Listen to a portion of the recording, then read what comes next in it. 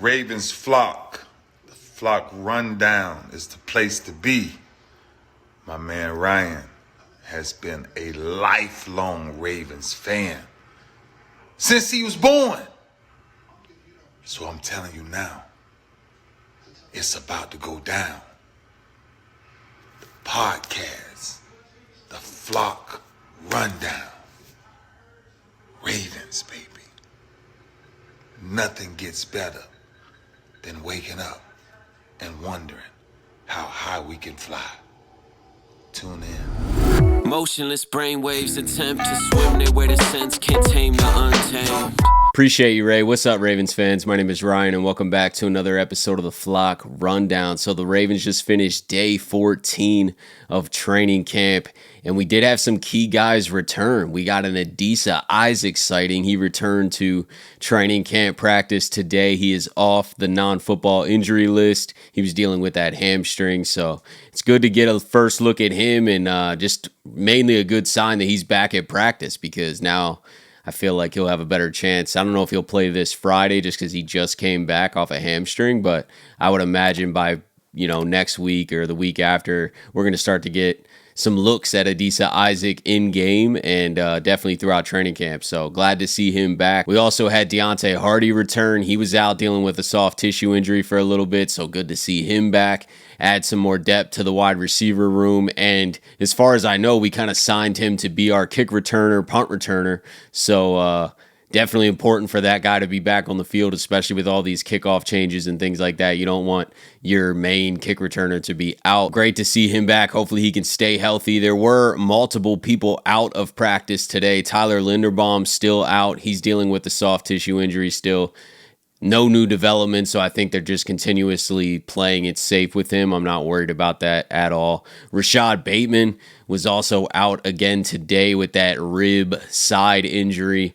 Harbaugh spoke and said it's not serious at all. He just fell on the ball and kind of hurt his rib, so I think they're just holding him out to be safe. He said it's not serious, it's not long term.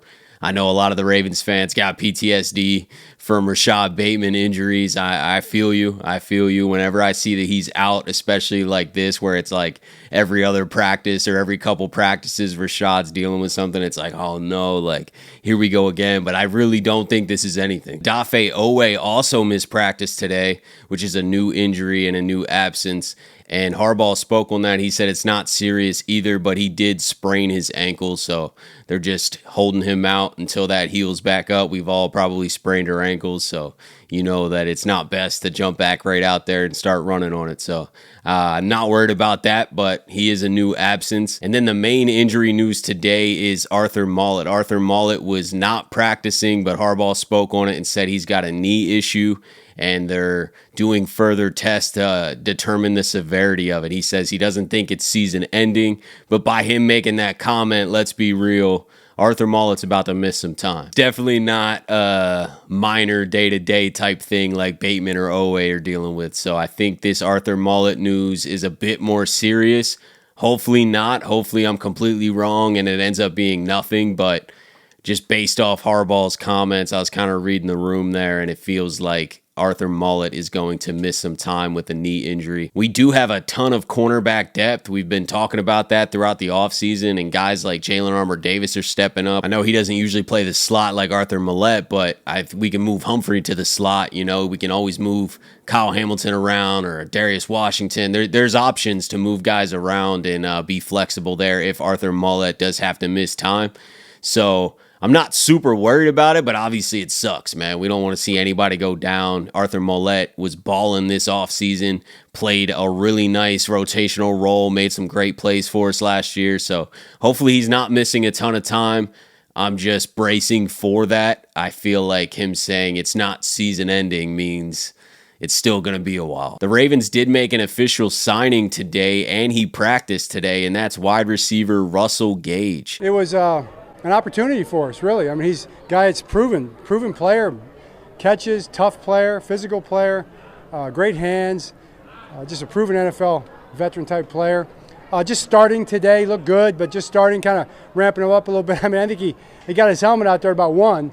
He was out there at 120. So but we got him out there and got him going a little bit. So he'll learn the offense, and he should play Friday. Gage didn't play at all last season. He got hurt in training camp, so he was out the entire year. So he hasn't played football in a bit, but he has produced. He was on the Buccaneers. He was on the Falcons before that. He's a versatile wide receiver, quick, can play special teams and do some returning as well. I think they even had him on some trick plays, and he was throwing some balls. And I think this signing's interesting. I can't tell if it's just for depth and a training camp type body, or just they saw an opportunity where they're like, hey, let's bring in some more competition. You got Bateman in and out, missing practice. You got Deonte Harty missing some practice. Like, it doesn't hurt. Tez Walker missing some practice. It doesn't hurt to bring in another wide receiver body to compete. And especially since he's coming off that injury, you might not know exactly where he stands physically. So get him out there, let him play,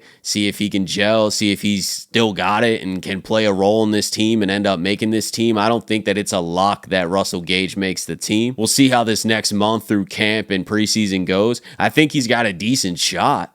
I don't think that it's, no chance at all. I think Tylan Wallace is probably ahead of him. Tez Walker definitely ahead of him. Obviously, Rashad Bateman, Zay Flowers, Nelson Aguilar are locks.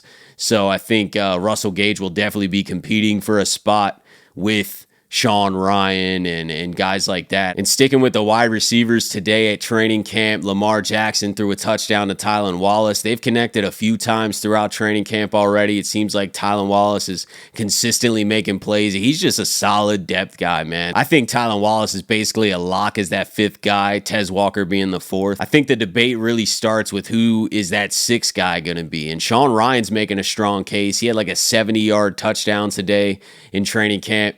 And he makes some noise last year, too. This isn't the first time I've been talking about Sean Ryan. I mean, we heard his name last offseason. He'll definitely be competing with Russell Gage, who just got here. I don't think both of them make the team. I don't think we carry 7 wide receivers, and it's Tylan Wallace at 5, Russell Gage at 6, Sean Ryan at 7. I don't think that many people make the team. Someone's getting bumped to the practice squad, so super excited for this preseason to start going so that we can really get some game film on these guys and see who's stepping up consistently. There'll be a lot more tape than just some training camp highlights. We all know Zay Flowers is a lock. Lamar connected with Zay Flowers on another play today. I think Zay right now is clearly the wide receiver 1 with Bateman missing some time, and Zay also with how much he proved last season. There's no debate that he is definitely the main target at wide receiver. You still got Mark Andrews and Isaiah Likely, but I can confidently say Zay right now is our clear main targeted wide receiver game in and game out. Rashad Bateman, I'm expecting a leap in production, but I'm staying patient with the expectations, you know what I mean? I need him to consistently be there and kind of see him consistently produce week in and week out before I start saying like, oh no, like Rashad's going to go off this year. Like I don't know. He has the opportunity to, he has the talent to. We just got to see it happen. But my confidence in Zay and Lamar's connection and Zay's ability to help this offense and produce on the field, sky high. Pat Ricard spoke to the media today and was talking about Derrick Henry quite a bit, and it really got me thinking of how scary that duo is. Not enough people are talking about that specific duo. It's nice to finally get to practice together and kind of see what plays he likes, and he told me he likes every running play. So it makes it easy. And for me, it's just, kind of see what he sees in terms of the flow of how the run play kind of develops and how I should hit the hole to get my guy so he can run off of it. It's little things like that. But, I mean, with a back like him, it just makes you want to just hit someone even harder, push him even a little bit further. Because he's a big guy, he's got to run through there. So, but he'll run through it. So as long as I can move a guy, we'll be all good. You obviously got Lamar and Derrick Henry, and that's a dynamic balance of speed and power. But you can't forget about Ricard, who's going to be paving the way for Derrick Henry, or at least one of the guys paving the way. And Ricard's an extra lineman. We all know that. This guy is a Swiss Army knife. He'll get out there in the pass game too. I love that they're locked in on the details and really trying to build a nice rapport and chemistry with each other, because that is important, Derrick Henry's got to look at Ricard in front of him and understand who he's going to block, how he's going to block them so that he can run a certain way. And the NFL banned hip drop tackles. So good luck trying to just grab Henry from the back and drop your weight. I just think it's going to be insanely tough for defenses to try and figure out how to slow this run game down. And good luck if we get a lead, right? Like if we have a 2-possession lead, 2-touchdown lead, we're going to pound the rock and end these games. We can put these games away where the other team's barely even touching the ball. They don't have enough time to even come back. We get a 2-possession lead and we're going on 8 to 10 minute drives. You might only get 2 more possessions the rest of the game. You know, like this is the smart way to play. And I really feel like our dominant run game is going to come through this year and we're going to be able to just maintain leads. And we also proved last year that we can score quickly too if needed. It's not like it was before where we really don't have a pass game. I mean, that pass game opened up last year. That was the best pass game we've had. So I think just adding Derrick Henry and Pat Ricard blocking for him is just a nightmare for defenses. And I'm excited to watch it unfold. That's it for today, guys. I appreciate you as always for tuning in to another episode of the Flock Rundown. Have a beautiful rest of your day, and I'll talk to you guys soon. Motionless brainwaves attempt to swim there where the sense